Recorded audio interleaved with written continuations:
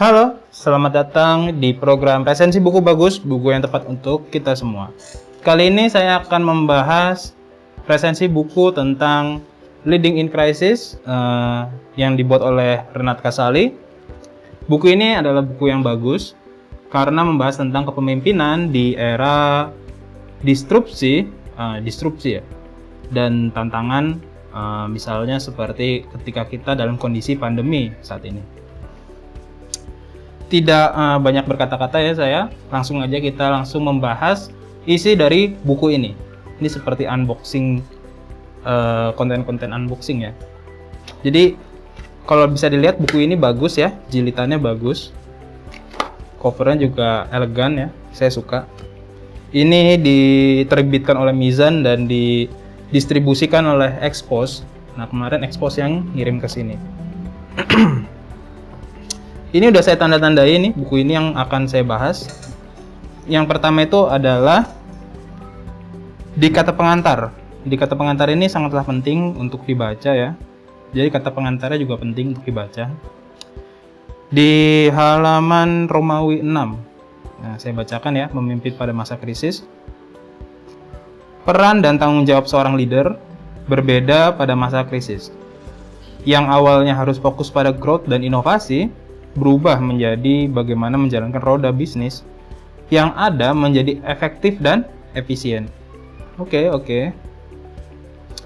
Di paragraf berikutnya, dalam laporan yang dirilis oleh Harvard Business Review, Chris Nichols beserta dua koleganya menulis hasil riset mengenai karakter yang harus dimiliki oleh seorang leader. Berarti ini karakter yang harus dimiliki oleh teman-teman yang memimpin bisnis ya.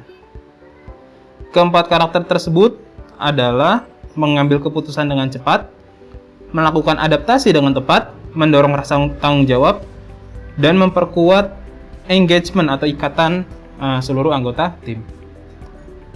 Nah, ini seperti mengingatkan kita bahwa pentingnya 4 hal ini dalam masa krisis. Oke. Masukan yang bagus.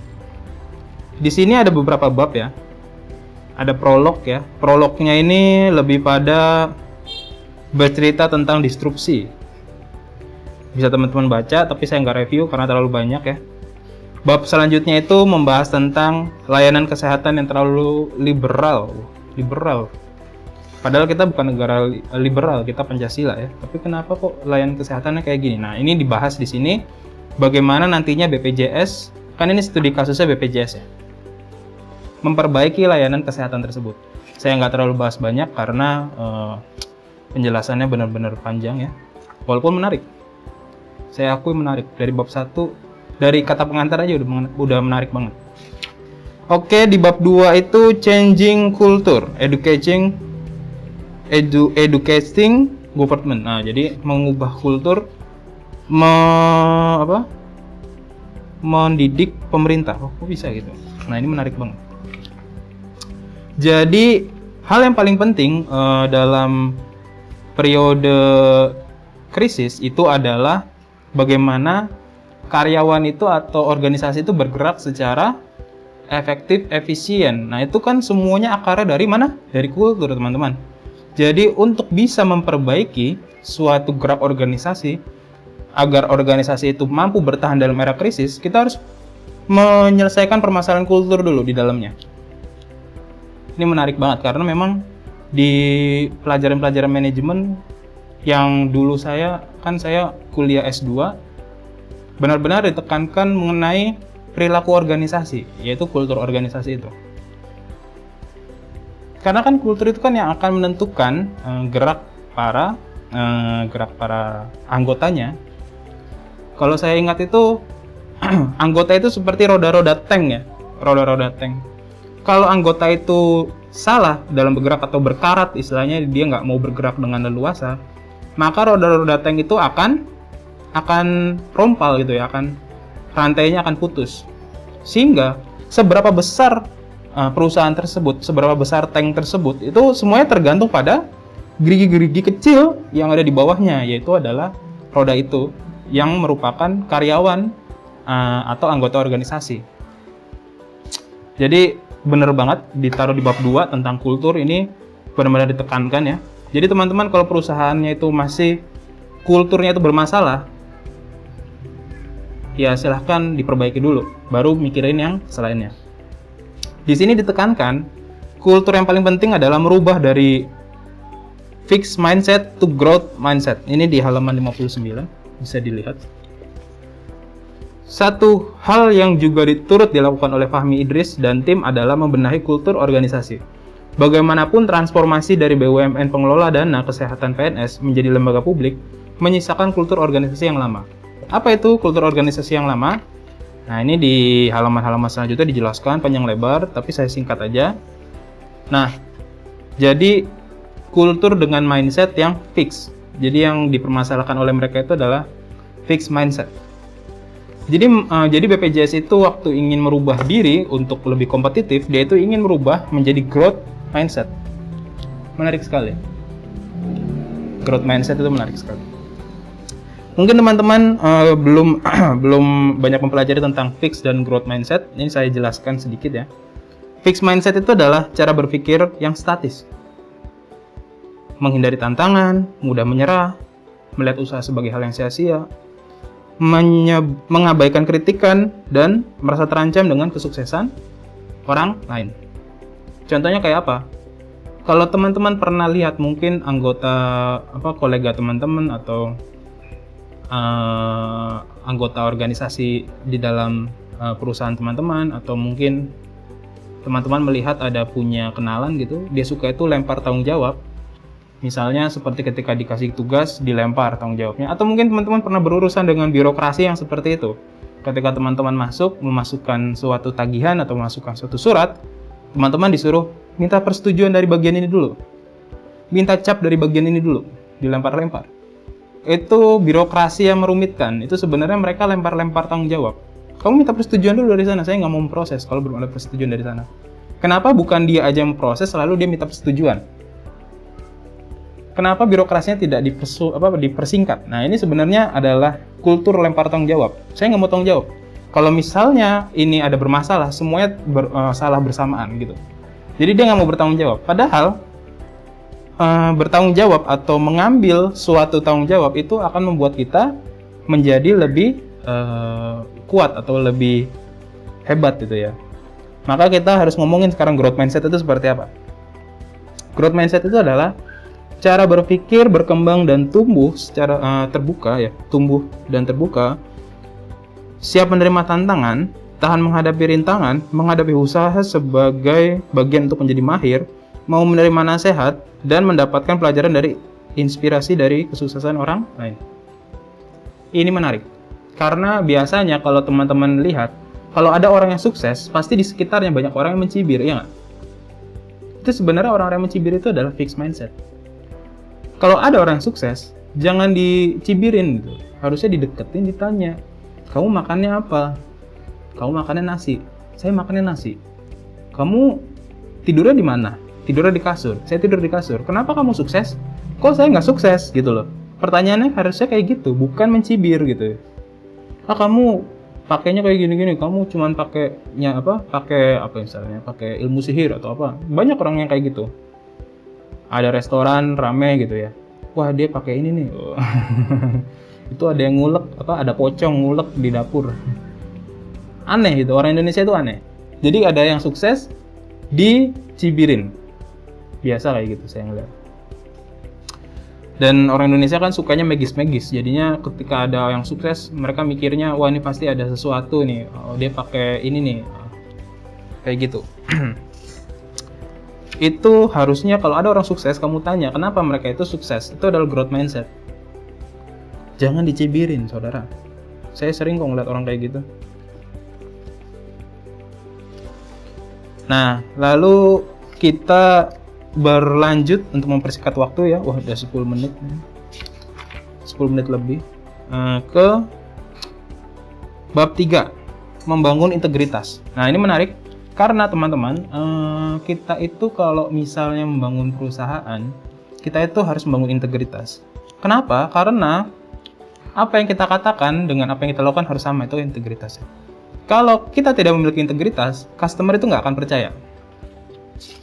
Benar sekali. Jadi, mentransformasi perusahaan kecil aja, membangun kepercayaan di perusahaan kecil aja itu udah susah. Apalagi ini perusahaan yang besar, gitu ya. Dari sini menarik. Saya bacakan ya. Di bab 3 halaman 74. Saya melihat bahwa gagalnya aksi pemberantasan korupsi adalah karena hal tersebut berhenti pada gagasan besar, narasi besar yang tidak menyentuh pokok persoalan. Apapun teorinya, melawan korupsi harus dimulai dari tahapan yang paling kecil. Mulai dari orang per orang, organisasi, lingkup wilayah, hingga tatanan negara. Jadi, kan tadi saya bilang BPJS itu ingin membangun kultur yang baik gitu ya. Tapi membangun kultur yang baik ini bukan dari langsung slogan besar aja gitu. Tapi dia dari personal to personal, person to person. Sehingga apa yang dilakukan BPJS itu membuka diri. Jadi di sini ada nih di halaman 75 ada berita mengenai fraud. Fraud itu apa ya?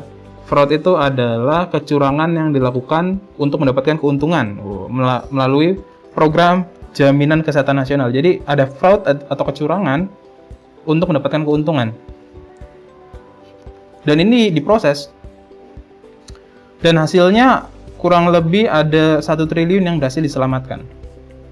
Wow. Tapi di sini tantangannya teman-teman. Ketika kita itu growth mindset kan harus terbuka. Jadi kalau misalnya kita ada kekurangan atau ada kritik, kita itu membuka diri akan kritik. Tapi di situ kita harus menekan atau menelan harga diri kita. Maukah teman-teman itu direndahkan oleh orang lain, membuka kalau dirinya itu punya kekurangan? Nah, disitulah tantangannya untuk menjadi seorang yang growth mindset. Teman-teman harus terbuka. Saya masih kurang di sini kok, saya akui. Tapi saya akan memperbaiki. Nah, itulah growth mindset.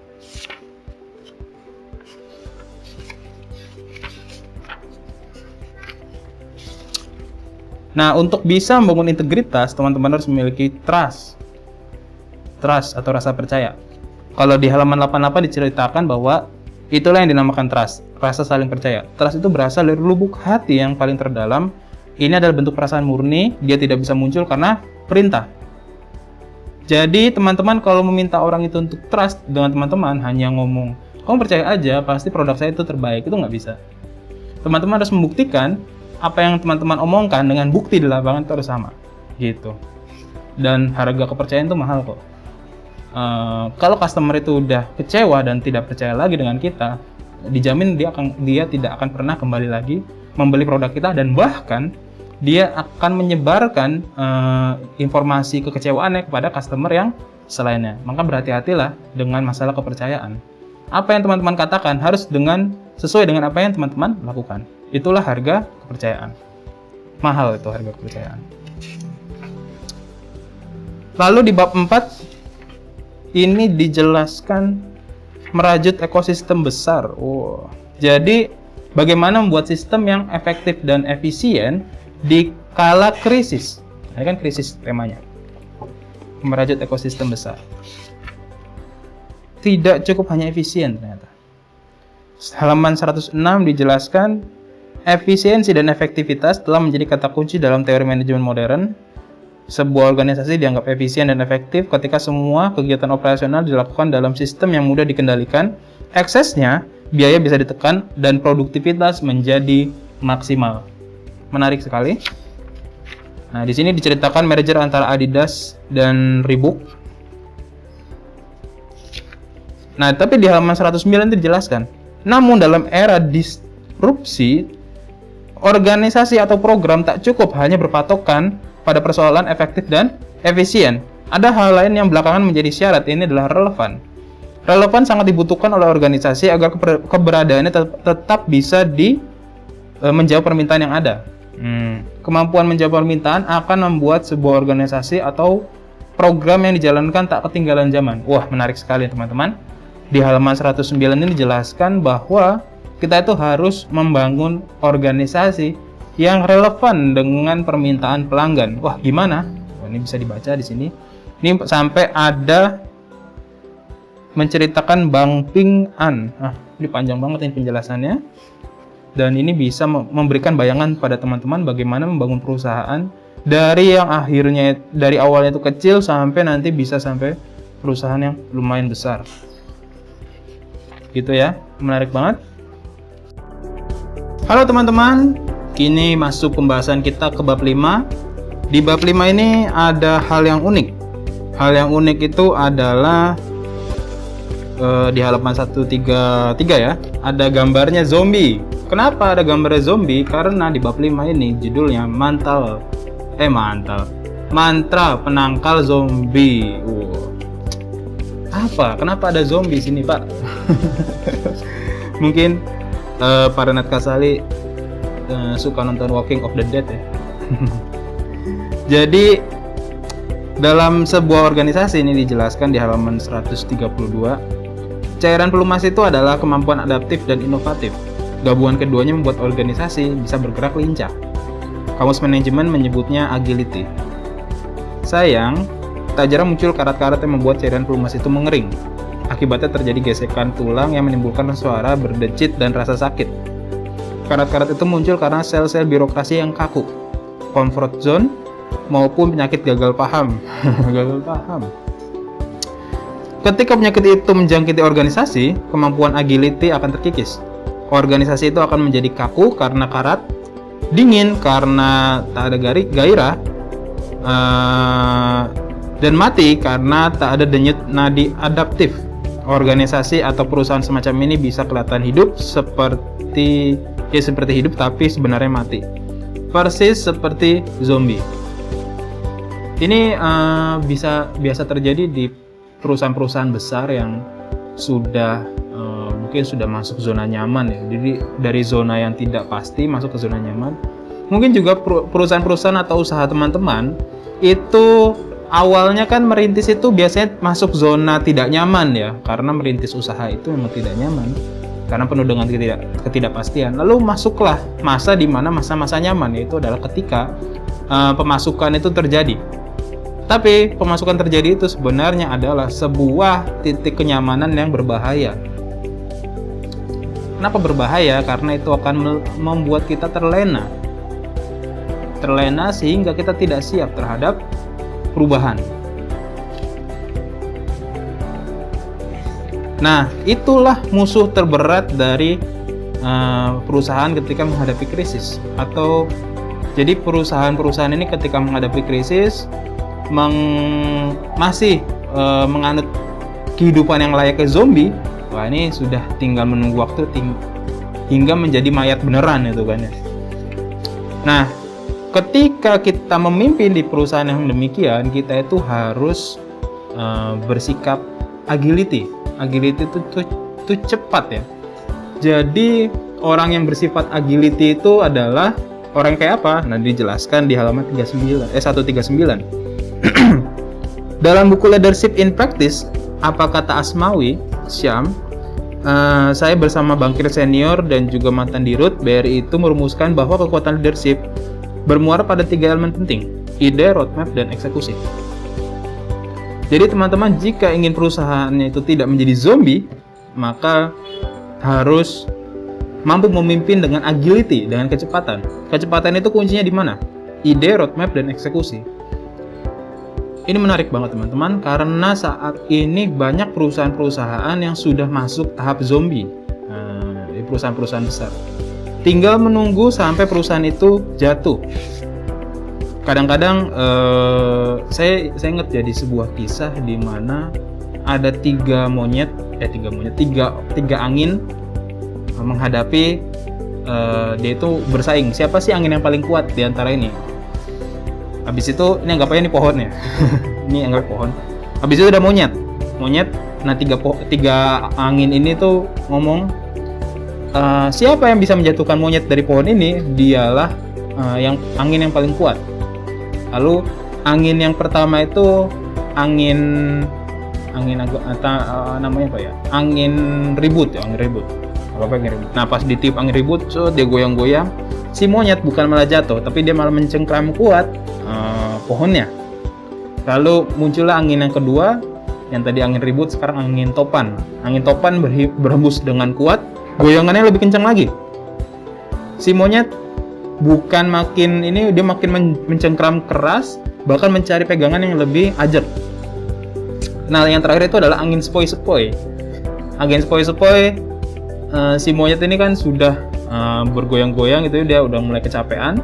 Nah, tapi dia masih mencengkram sangat kuat. Lalu angin sepoi-sepoi ini datang dan meniup si monyet ini. Monyet ini ditiup-tiup. Ditiupnya nggak kencang, tapi pelan dan adem, dingin, sejuk. Rasanya pengen tidur. Akhirnya monyet ini tertidur dan beberapa saat kemudian dia terjatuh. Dari kisah ini benar-benar terlihat bahwa comfort zone. Jadi ketiga angin ini, angin yang pertama, angin yang kedua, ini membuat kita menjadi lebih lebih aware dan lebih siap menghadapi permasalahan. Sementara angin yang ketiga, angin yang adem-adem ini, itulah yang membuat kita gampang lengah dan jatuh ketika mengelola perusahaan. Wah, ini menyeramkan sekali ya. Dan ini sudah dijelaskan ya. Jadi teman-teman kalau mau menghilangkan sifat zombie dalam perusahaan supaya kita tidak jatuh akibat zona nyaman, kita itu harus bergerak cepat. Kuncinya itu tadi ya, ide, roadmap, dan eksekusi. Ini juga biasanya saya lihat banyak orang Indonesia, teman-teman saya ya, nggak usah orang Indonesia, takutnya menggeneralis ya. Teman-teman saya yang ada sekitar saya itu kalau saya tanya, lu kepikiran bisnis nggak? Biasanya muluk-muluk. Mungkin saya udah ceritakan di episode yang selainnya. Biasanya muluk-muluk dan sulit dijalankan gitu ya. Iya memang muluk-muluk. Pas saya tanya tahapannya, roadmap-nya itu nggak jelas. Dan akhirnya nggak ke eksekusi karena muluk-muluk. Modalnya harus nunggu dulu sampai 10 juta. Modalnya nunggu dulu sampai 15 juta. Padahal usaha itu bisa dimulai dari modal yang paling kecil, misalnya modal 500.000. Yang penting mulai dulu dan ada customer. Usaha kecil-kecilan. Banyak yang kayak gitu kok. Dan saya lihat banyak pengusaha-pengusaha kecil itu mulainya dari yang kecil-kecil. Misalnya pengusaha besar mulai dari kecil-kecil. Misalnya kayak Khairul Tanjung. Khairul Tanjung itu kalau nggak salah dia itu kerjaannya motokopiin tugasnya teman-temannya dulu waktu dia masih kuliah. Lalu dia dapat uang, dia buka usaha fotokopi dan terus berkembang sampai sekarang dia jadi orang terkaya di Indonesia. Bisa dilihat bahwa idenya nggak usah muluk-muluk. Yang penting bisa menghasilkan, ada roadmap-nya jelas dan langsung eksekusi. Keren. Iya, ini keren. Terus dalam mendapatkan ide, kita itu dalam mendapatkan ide itu nggak bisa langsung lagi kita itu diem langsung dapat ide, enggak. Jadi kesalahan beberapa orang yang saya temui ketika saya tanya bagaimana kamu mendapatkan ide, dia itu ya saya itu merenung dan sebagainya. Enggak, sebenarnya ide itu bisa didapatkan dari lapangan. Di sini Pak Renat Kasali nyebutnya helicopter view. Dalam kamus leadership kita mengenal istilah helicopter view. Pandangan yang luas seperti helikopter. Saya sepakat bahwa seorang leader memiliki kemampuan untuk melihat secara makro, namun itu saya belum cukup. Seorang leader harus mengetahui apa yang ada di bawah sana. Makin ada di pucuk tertinggi, kadang membuat seorang leader berjarak dengan kondisi real. Jadi teman-teman itu ketika ingin menjadi seorang pemimpin atau istilahnya memimpin sebuah perusahaan atau mungkin memiliki sebuah perusahaan sendiri gitu ya, teman-teman itu harus melihatnya secara helicopter view. Jadi bagaimana kondisi makro usahanya teman-teman, bagaimana kondisi customer, lingkungan, internal usaha, keuangan, pemasaran, operasional dan lain sebagainya. Mungkin nanti lain kali saya akan jelaskan bagaimana proses-proses di internal di mana episode entrepreneur kan ada entrepreneur muda, ada entrepreneur. Di situ nanti akan saya jelaskan bagaimana mungkin kalau ada waktu menciptakan sistem yang ajak di dalam perusahaan dan bagaimana memeta eksternal. Oke, kembali lagi ke sini. Jadi kita harus lihat makro keseluruhannya. Ini udah sulit karena kita harus naik helikopter dan terbang ke atas. Kita harus melihat semuanya memeta secara keseluruhan. Lalu teman-teman nggak cukup melihat secara helikopter view, teman-teman harus melihat secara submarine view. Di sini dijelaskan oleh Pak Renat Kasali sampai ada gambar kapal selamnya ini. Kelihatan nggak? takutnya silau. Ada gambar kapal selamnya, menarik banget. Jadi kita itu harus belusukan ke bawah. Jadi kita nggak boleh hanya melihat ke atas, tapi kita harus belusukan ke bawah, melihat customer kita langsung, melihat operasional usaha kita, bahkan kita langsung menilai bagaimana hal tersebut bekerja. Jadi kita bisa mendapatkan inspirasi, ide dari kegiatan tersebut. Menarik banget. Nah, ketika kita mendapatkan ide dari kegiatan pengamatan kita, itu disebutnya juga dengan insight. Nanti di halaman 152 dijelaskan, insight dan local wisdom seperti inilah yang kemudian menjadi inspirasi bagi Fahmi untuk membangun strategi edukasi agar peserta BPJS Kesehatan, terutama yang berasal dari jalur peserta mandiri, bisa lebih tertib membayar. Jadi pimpinan BPJS aja yang perusahaannya sebesar itu, dia itu belusukan ke kantor-kantor, ke rumah sakit untuk bisa menilai kinerja perusahaannya. Kadang-kadang dia juga tidak menggunakan pakaian kebesaran, maksudnya dia menggunakan pakaian yang biasa, dia seperti menyamar ya sebutannya ya. Menyamar menjadi orang biasa supaya dia itu bisa mendapatkan informasi yang apa adanya. Kan kadang-kadang kalau misalnya kita berpakaian seperti pejabat, kita tanya, bagaimana pelayanan kami? Dijawabnya, bagus Pak, bagus. Soalnya sungkan kalau misalnya ngomong pelayanan yang buruk. Tapi dia menggunakan pakaian ala kadarnya, seperti seorang peserta BPJS juga, datang ke lapangan, menanyakan bagaimana perusahaannya ini bekerja, bagaimana kinerja pelayanannya. Di sini dia mendapatkan banyak masukan sehingga itu menjadi ide dan dia susun roadmap-nya dan eksekusi. Dan ini membuat sekarang BPJS menjadi lebih efektif dan efisien, bahkan relevan dengan kebutuhan customer. Ini bab 6 nanti, ini yang akan menjelaskan di bab 6 ini kan judulnya transformasi ular sandal jadi naga digital. Ular sandal itu maksudnya adalah, jadi kalau orang ngantri di rumah sakit, biasanya mereka kan nunggu lama ya, duduk itu kalau berdiri lama kan. Akhirnya mereka naruh sendal mereka sebagai perwakilan mereka ngantri. Jadi nanti kalau ada satu orang udah selesai, sendalnya dimajuin gitu. Nah, ular sandal seperti itu. Fahmi itu melihat pimpinan BPJS ini melihat itu tidak efektif dan efisien, juga tidak relevan dengan kebutuhan peserta yang butuh cepat. Akhirnya dia itu menjadikan semuanya serba digital. Yang bisa digital ya digital, didigitalkan gitu ya. Keren banget. Jadi sekarang mungkin ngantrinya lebih cepat dan sebagainya. Lalu ya. Jadi di bab 6 ini banyak penjelasannya, bahkan ini ada teori-teori yang dijelaskan oleh Pak Renat Kasali mengenai the past, the present, and the future, bagaimana kita itu bisa menangkap perubahan. Keren banget emang. Ya iyalah, udah profesor ya, kalau bikin buku pasti keren. Nah, langsung masuk bab ke-7. Bab ke-7 ini unicorn plat merah, jadi ini menceritakan prestasi BPJS. Saya lewati karena banyak penjelasannya, dan sebenarnya kalau saya menjelaskan satu bab ini bab yang menarik, cuman agak panjang. Salah satunya di sini ada ada cerita mengenai pemanfaatan big data Gojek, dan juga nanti BPJS juga pakai big data. Nah, teman-teman yang yang tertarik dengan masalah big data dalam ranah pemasaran bisa baca buku ini juga.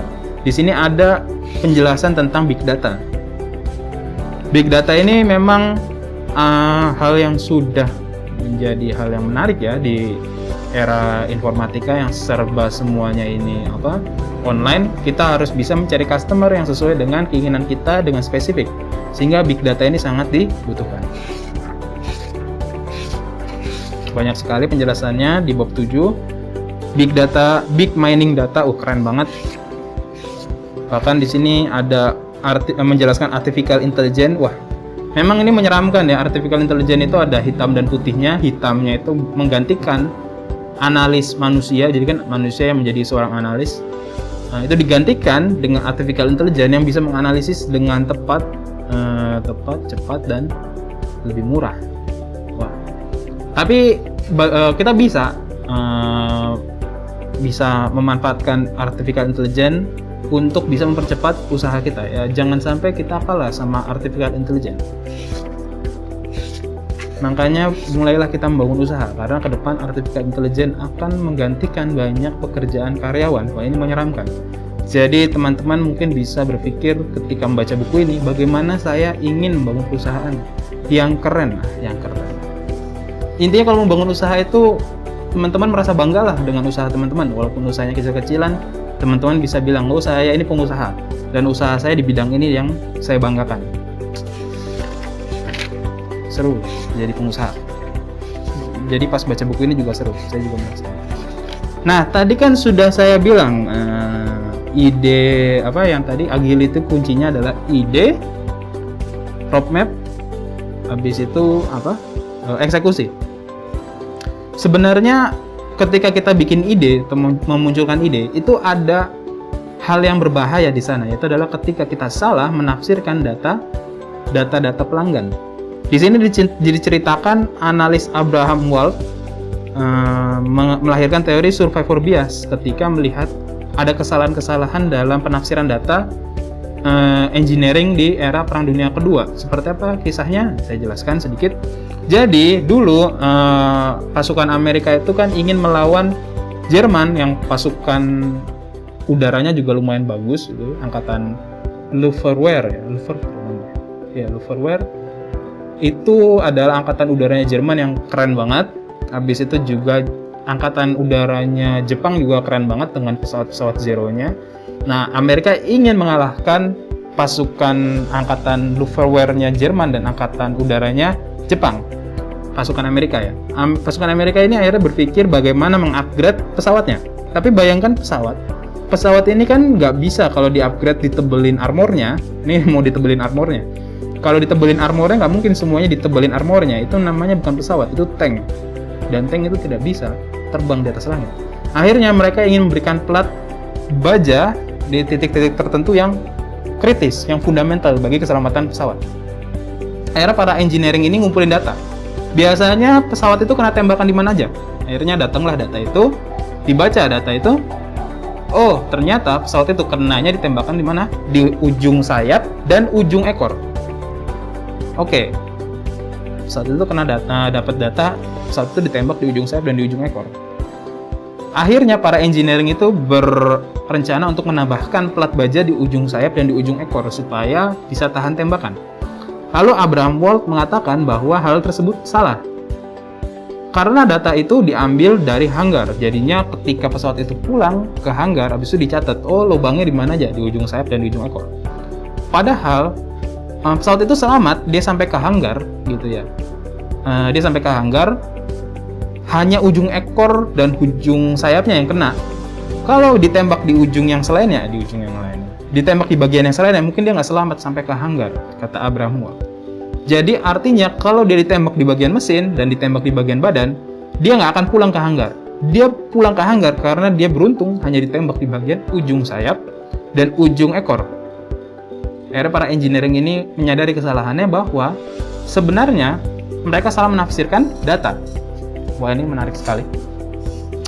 Jadi mereka salah menafsirkan data bahwa data yang seharusnya mereka tebelin armornya itu bukan ujung sayap, ujung ekor, tapi bagian badan dan bagian mesin yang tidak ada tembakan atau sedikit sekali ada tembakan di sana. Karena kalau mereka ketembak di bagian itu, saat itu nggak akan sampai ke hanggar, tapi jatuh di medan tempur. Ini sama ketika teman-teman itu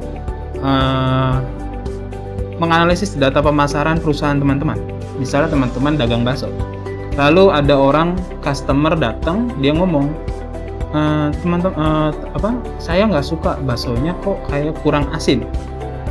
Dia datang dan customer datang dan dia bilang kurang asin. Lalu teman-teman mengatakan bahwa, oke, baksonya saya asinin.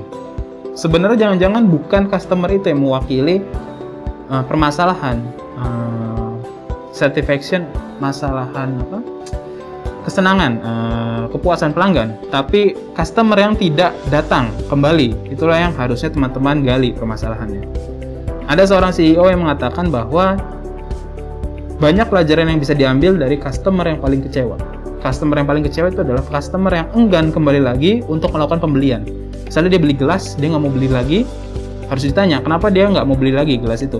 Oh ternyata barang kita itu jelek. Misalnya dia bilang, jeleknya di mana?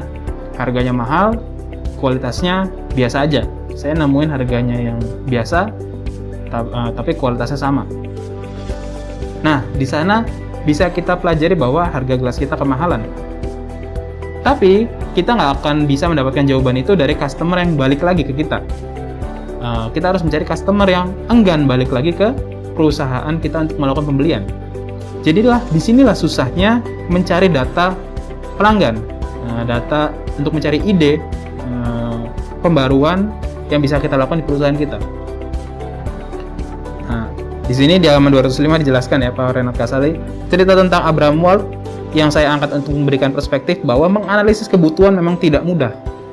Nah, di sini, disitulah kesulitan dalam manajemen. Keren ya. Nanti teman-teman bisa baca bagaimana proses mengungkap data yang tepat dari kesalahan penafsiran kita. Jadi takutnya kan kita salah tafsir kalau misalnya ada data. Bagaimana kita bisa mencari tafsiran yang tepat. Nanti bisa dibaca sendiri. Banyak banget ini penjelasannya. Nah, ini nanti di bab 9 bercerita tentang BPJS Kesehatan yang berhasil meraih penghargaan internasional. Saya tidak bacakan. Lalu di bab 10 adalah cerita mengenai tuntutan kita untuk adaptif. Kenapa kok kita harus adaptif? Panjang sekali teman-teman penjelasannya, dan teman-teman bisa membaca untuk bisa menggambarkan bagaimana adaptif dalam perusahaan teman-teman. Tapi di sini saya ambil quote ya, sebuah quote yang sangat menarik yang dikutip oleh Renat Kasali, yaitu adalah perkataan Peter F. Drucker, begawan manajemen dunia. Dia mengatakan, "The greatest danger in the time of turbulence is not the turbulence, it's the to act with yesterday luggage." Jadi, hal yang paling berbahaya dalam masa krisis itu bukan krisisnya, tapi tanggapan kita menghadapi krisis ini dengan anggapan sebelumnya. Misalnya, ada virus COVID-19. Dulu ada flu burung gitu ya, ada flu burung. Lalu teman-teman usahanya sukses ketika menghadapi masalah flu burung. Lalu teman-teman mengatakan bahwa flu burung sama COVID-19 krisisnya sama. Akhirnya teman-teman beraksi dengan cara yang sama. Padahal virusnya beda dan efeknya terhadap dunia ekonomi berbeda. Akhirnya apa? Ya tentu saja akhirnya adalah kekacauan di sana. Teman-teman pasti akan menyesal ketika mendapati perusahaan teman-teman sulit beradaptasi karena menggunakan logika yang lama. Jadi, gunakanlah logika yang saat ini untuk bisa menghadapi permasalahan saat ini. Nah, itu susahnya karena kita harus menerka. Dan memang ketika masa krisis itu, seorang leader itu seperti berjalan di jalanan yang gelap dengan penerangan senter ala kadarnya. Bahkan bukan senter, kalau senter bisa nyorot jauh. Mungkin ada lentera atau bahkan lilin yang hanya bisa menunjukkan pijakan kakinya. Dia tidak bisa menunjukkan lingkungan sekitarnya. Jadi teman-teman harus bisa sabar ketika menapaki krisis, karena memang krisis itu adalah hal yang berat. Dia itu seperti mematikan lampu di sekitar kita dan kita harus berjalan dengan lilin. Oke, itu aja resensi buku kali ini.